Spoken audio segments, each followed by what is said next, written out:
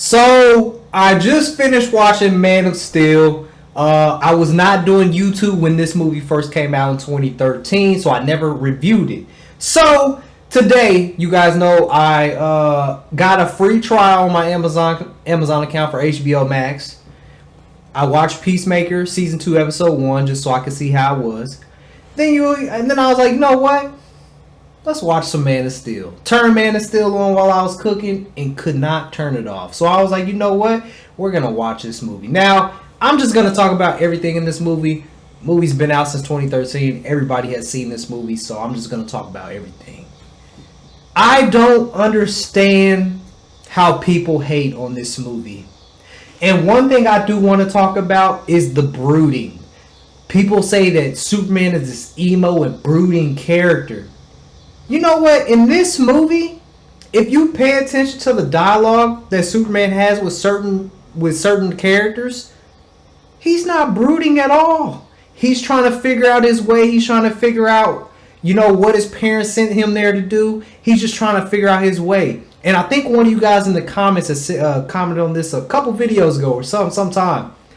You said that people like men can relate to Man of Steel because Man of Steel is a movie about a man trying to find himself and to grow as a man and to figure out his way, his purpose, and everything in the world. And you have a very, very, very valid point right there because that is very true. Maybe that's why certain individuals cannot relate to Man of Steel because they haven't experienced that.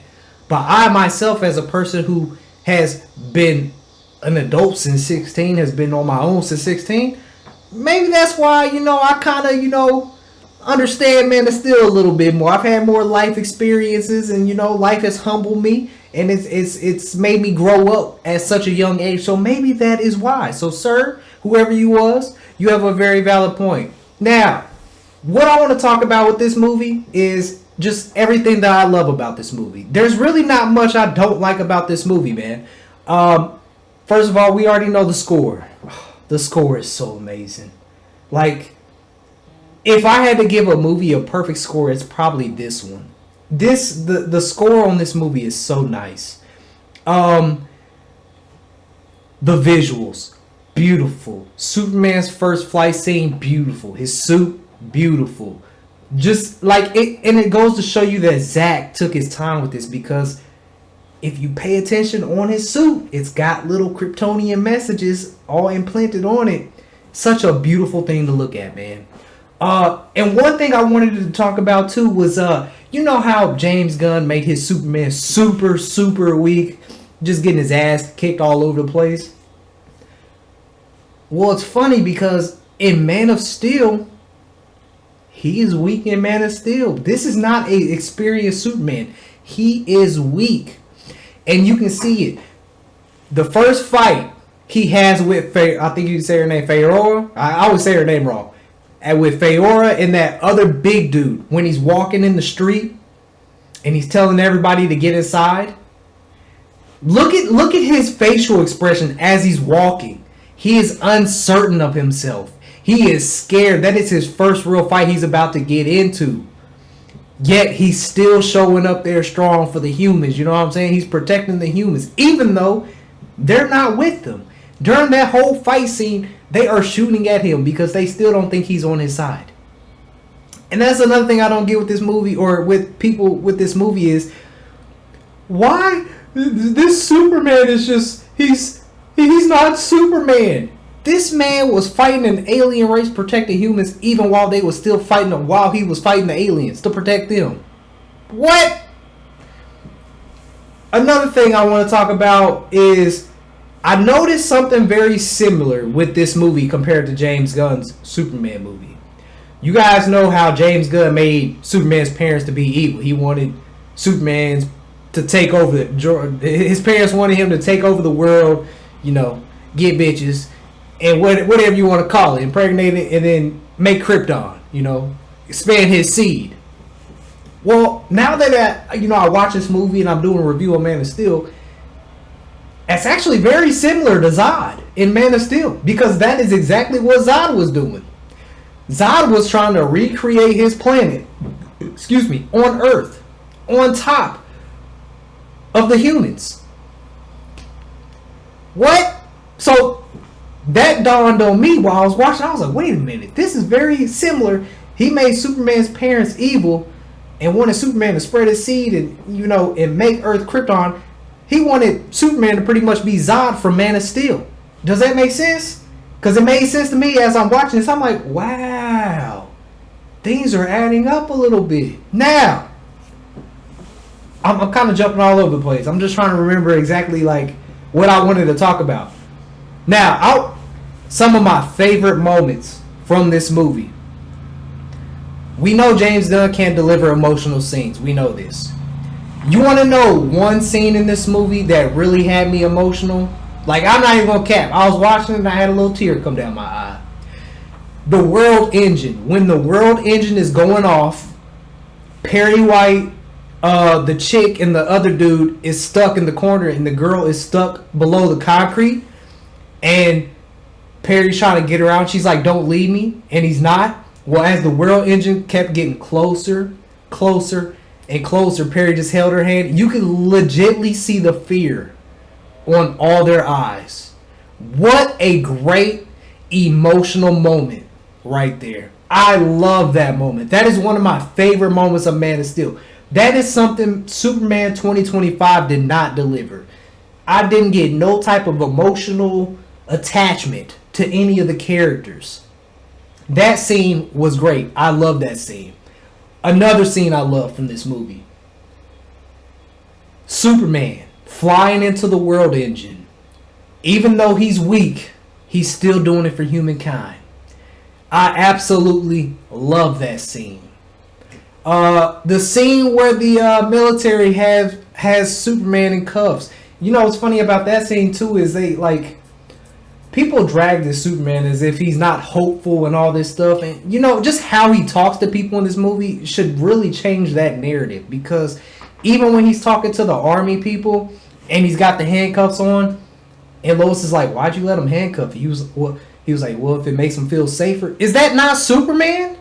Is that not Superman? Superman is a nice guy. He wants everybody to feel safe. He let them handcuff him because it made them feel safer. Is that not Superman? Like, what am I missing here?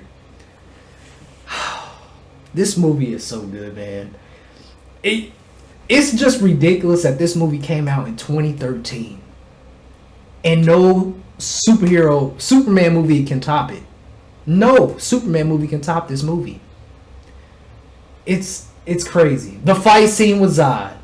Such a beautiful, scary moment for Superman. And one of the things I love with Zod, which I didn't get with Lex Luthor and James Gunn's Superman, Luthor's Superman, or Luthor's Zod, or I'm tripping. James Gunn's Luthor was not scary, was not menacing at all. One of the moments I really liked with General Zod in this movie was when he was talking to Kal-El's dad, the AI, and he asked him, he was like, you have Jor-El's consciousness, you have his memories, but can you feel his pain? And he told him, I'm gonna build Krypton on top of your dead son's corpse. Is that not scary? Is that not menacing? Like, come on, bro. I don't get how people hate on this movie. I don't get how people hate on this movie. This movie is a damn masterpiece. Like, it just has epic moment after epic moment after epic moment. And with James Gunn Superman, I legitly can't think of one thing besides Mr. Terrific that stuck out to me in this movie. Besides the scene with Superman flying up in the dust and he has that epic hero moment, although it came from Jurassic World, which we've talked about before. This movie, 10 out of 10 for me, man. I don't get how people hate on this movie. It just doesn't make any sense. And it's okay to like Man of Steel and James Gunn Superman. If James Gunn Superman was good, I would like it. But it's just not. This movie, man, like, Henry is such a good fucking Superman. And I told y'all from day one, I've never been the biggest Superman fan. Ever. I grew up watching the Superman animated series and then the Justice League Unlimited and just that. And then from time to time when he crossed over with Batman in the animated show. That's it. Never been a big Superman fan. Until Zack Snyder arrived on the scene and gave us this masterpiece. This movie is a 10 out of 10 for me. Now I know people will probably be like, oh, look at you, you're a Snyder cultist. I'm not a Snyder cultist, bro. I appreciate greatness. Everything with this movie was great. The stuff that people bitch about, Joe, well, Superman killed Zod. The man had lasers pointed at a family with children. Was Superman supposed to let him die? Was he? Was Superman just supposed to say, okay, well, here goes my moral code. I just gotta let Zod kill this family. Like, come on, we have to make sense. People don't like this because this is a realization of what would happen in real life. If Superman had to protect a family from being killed, he would. If the only way to stop them was to snap his neck, he would do it. If somebody broke into your house right now and was threatening your family, are you going to let that slide? No, you're not. So this little BS narrative with all these BS excuses, it has to stop. It has to stop. It's all these little nitpickings. Why would Superman's dad just tell kids about letting kids die on a bus? Or why would Superman's dad let him die in the tornado? You guys don't pay attention at all. At all. He wanted to protect his son. I can't remember what issue it's from or what animated series is, but at that moment, when Superman's dad died in that tornado, he was not Superman. He did not have his ability, or he had abilities, but he was not Superman.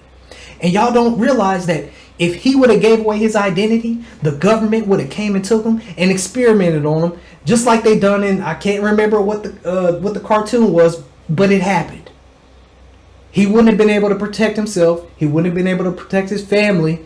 And he damn sure wouldn't be able to protect the world because he was a teenager. If you listen to the dialogue in that scene, you can tell he was like, I hate you. You're not my dad. Like, he's a kid.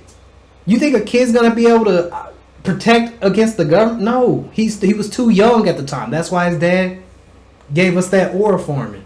It's okay, son. It's okay. 10 out of 10 for me, man. This is how you do a movie. This is how you do a movie. And this is definitely quality. WB, why? Why? You guys you was in a rush to catch up to Marvel. If you stayed in your own lane, not only would us fans be happy, you guys would be flourishing in money. Literally, we would have had Man of Steel 2, Ben Affleck's solo Batman movie, Justice League 2, Aquaman, and all that stuff. Man of Steel is a great movie. I don't care what nobody says. I don't care what no haters say. At this point, after rewatching this movie, really paying attention to the dialogue in this movie, people are just haters. That is all they are. This movie has so many epic moments, it's just not even funny. And I'm just going off my dome because I just got done watching about 10 minutes ago. So I was like, you know what? We got to put a review up of it since we ain't never done it. This is a great movie, man. So many good moments. The Krypton scene is beautiful. Oh, yeah. And then another thing people didn't like about this Superman was how the dude in the bar that was he was touching the girl when he wasn't supposed to. Then he was like, I'm gonna have to ask you out. And he was like, well, I think I'll leave when I want. Then he threw the beer on him, then the can, and then he walks outside and his truck is all destroyed. What's the problem? He was dealing with a bully. He was touching on a female he shouldn't have been touching on. What's the problem? So because Superman destroyed his truck, he's not Superman? Come on now. See, it's little nitpickings. Little nitpickings. The bully got bullied.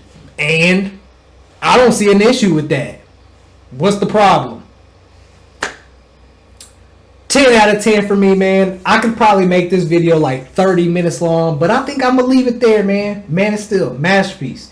Acting great. Visuals great. Fight scenes great. Flight scenes great. Casting, absolutely perfect casting. I love Lawrence Fishburne as Perry White. Amy Adams as Lois Lane. I love her as Lois Lane. Just overall, man, the whole movie is just 10 out of 10. You can say I'm a Snyder bro, Snyder cultist, whatever you want to say. I don't really give a damn, because at the end of the day, I don't give a damn. And this is a great movie. And by the way, when I watched this movie, under the titles on HBO Max, it had popular movies, and this was under popular movies. So, yeah. A movie came out almost 16 years ago, still under popular movies. So, I'm going to leave it at that, man. What I want y'all to do is, I want you guys to tell me, what is your favorite moments from Man of Steel? What did I miss out on talking about? Because I'm sure I probably missed some things, because I could probably make this video a long video, man, but I'm not. But I want you guys to tell me, what did you guys like and appreciate about Man of Steel? What's your favorite moments? What stuck out to you? Okay? I love it, man. That Perry White scene in that alley, when the girl told him don't leave her and he didn't, and he held her hand, not knowing if they were going to make it. That's how you do it. That's how you do a damn emotional scene. 100,000 subscribers is grind time. Let's get it.